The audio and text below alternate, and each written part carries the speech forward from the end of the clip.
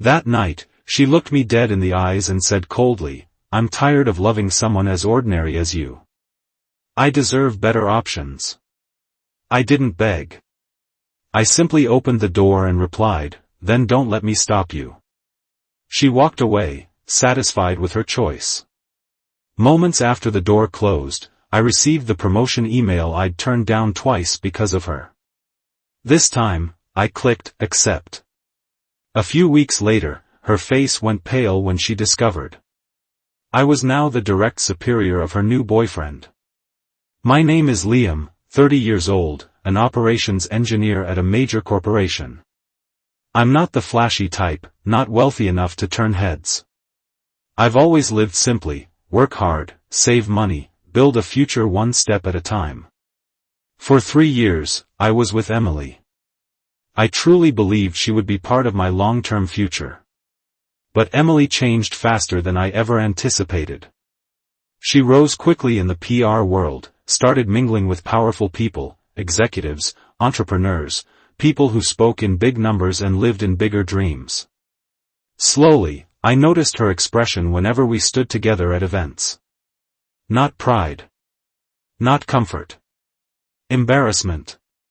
She began making comparisons. My friend's husband is a senior manager, just bought a $200K apartment. Have you thought about switching to a more ambitious job? You're talented, but you're too safe. Little comments, but each one pushed us further apart. I thought love meant appreciating stability. She wanted acceleration, momentum, and prestige. And I was not the upgrade she was looking for. Ironically, around the same time she called me ordinary, my company offered me a promotion, a major step up, managing a larger team at a larger branch. But it required moving to another city, meaning leaving Emily behind. So I declined. Once. Then again. She never knew, because she never asked enough to realize I was on the edge of a breakthrough.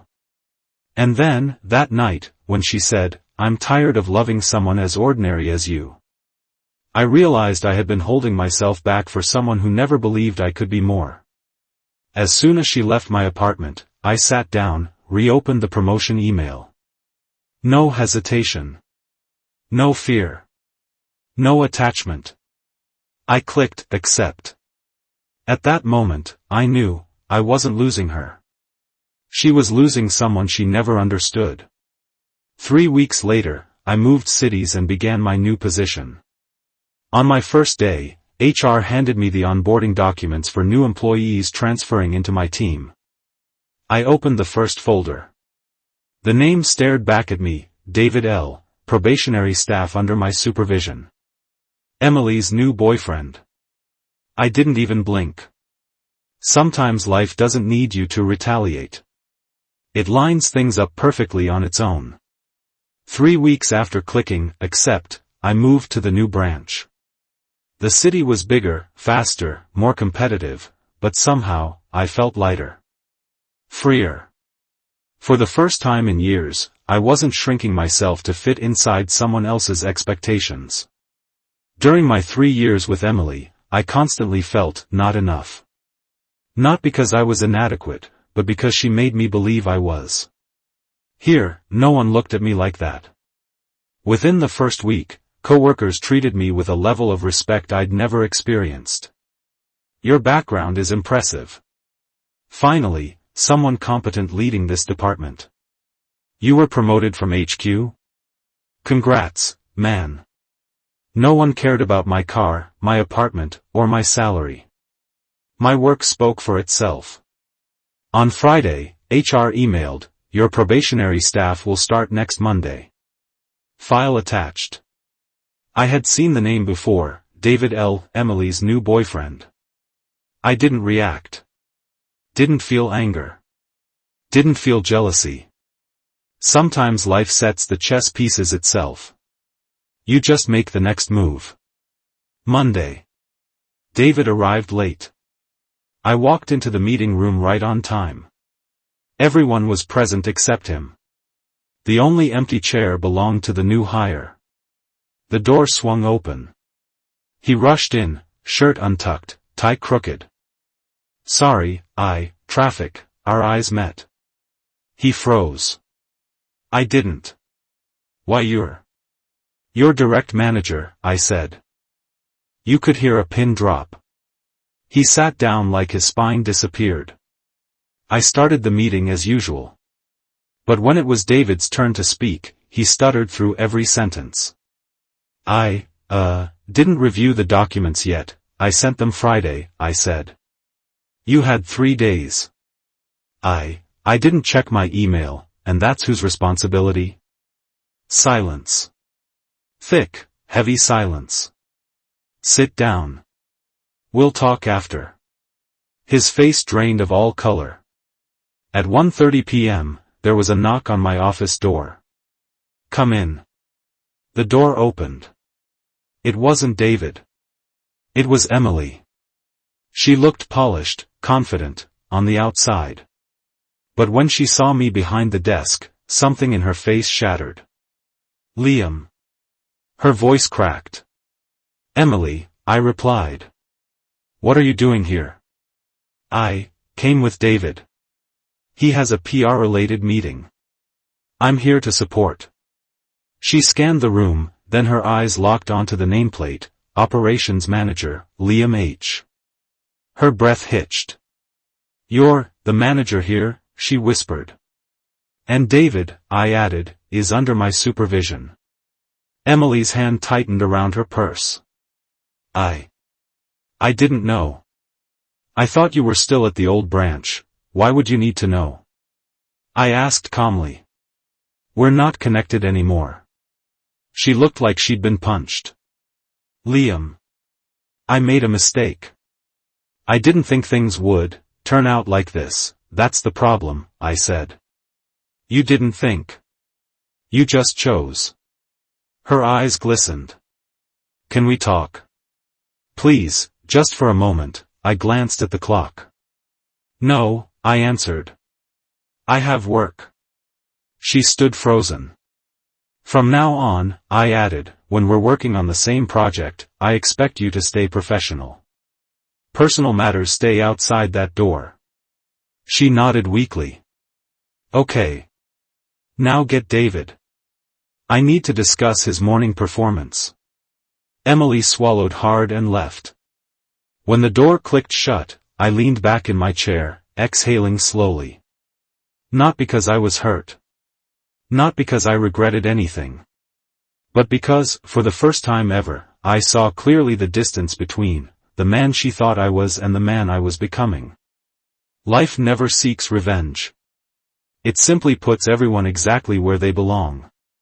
Thursday morning was our quarterly strategy meeting, the biggest meeting of the month. Operations, PR, external partners, everyone important was there. I was chairing it. David was assigned as technical support. 5 minutes before we started, the door opened. David walked in, with Emily. She was dressed to impress, polished, confident, clearly expecting to shine in this environment. But when her eyes landed on me standing at the head of the table, leading the meeting, her entire expression collapsed. I didn't flinch. Didn't blink. Didn't offer her a reaction. Let's begin, I said. She sank quietly into a chair, her hands stiff, her breathing uneven. I could practically see her mind unraveling. Halfway through, I called, David, present your feasibility report. He stood, and froze. I didn't finish it, I stared at him. I asked for a draft before 10 p.m. yesterday. I didn't check my email, and that's whose responsibility? Silence smothered the room. I'll have to suspend you from the project until you catch up. Emily's eyes widened. She whispered desperately, Liam, can't you? I turned to her. You don't speak unless you're invited to. The room went dead silent. A woman beside me whispered, loud enough, unprofessional. Are they dating? Poor guy. Emily heard. Her back stiffened, her face drained. I continued as if nothing happened. When the meeting ended, I closed my laptop. That's when I heard her, "Liam, can we talk? Please." I didn't turn. "What for?" "Because everything's wrong." "I didn't know you were," I finally faced her. "You didn't know because you didn't care to know." She swallowed hard. "Liam. I made a mistake." "I shouldn't have said, you didn't make a mistake," I said. "You made a choice." She froze. I nodded toward David. "You chose someone who looked like what you wanted other people to see. You didn't choose the man who actually loved you." Her voice cracked. "If I'd known you were becoming this, I would never have." "That's exactly the problem," I said. "You would only choose me after I became someone you could show off. Not when I was someone who showed up for you." She covered her mouth, tears falling despite her effort to hold them in. I picked up my bag. "Good luck with your better option." She collapsed onto a chair behind me as I walked out. David didn't move. No one comforted them. And for the first time, I understood something clearly: life hadn't humiliated her for me. Life had simply shown her, brutally and honestly, that she threw away a man she only learned to value too late. That evening, after the meeting, I went back to my apartment. I wasn't happy. I wasn't angry. I was simply free. The kind of freedom that comes when you finally step out of a room you should have left long ago. My phone buzzed non-stop. I didn't need to check to know it was Emily. Call 1. Ignored. Call 2. Ignored. On the 7th call, I picked up. Her voice was already breaking. "Liam, please listen to me."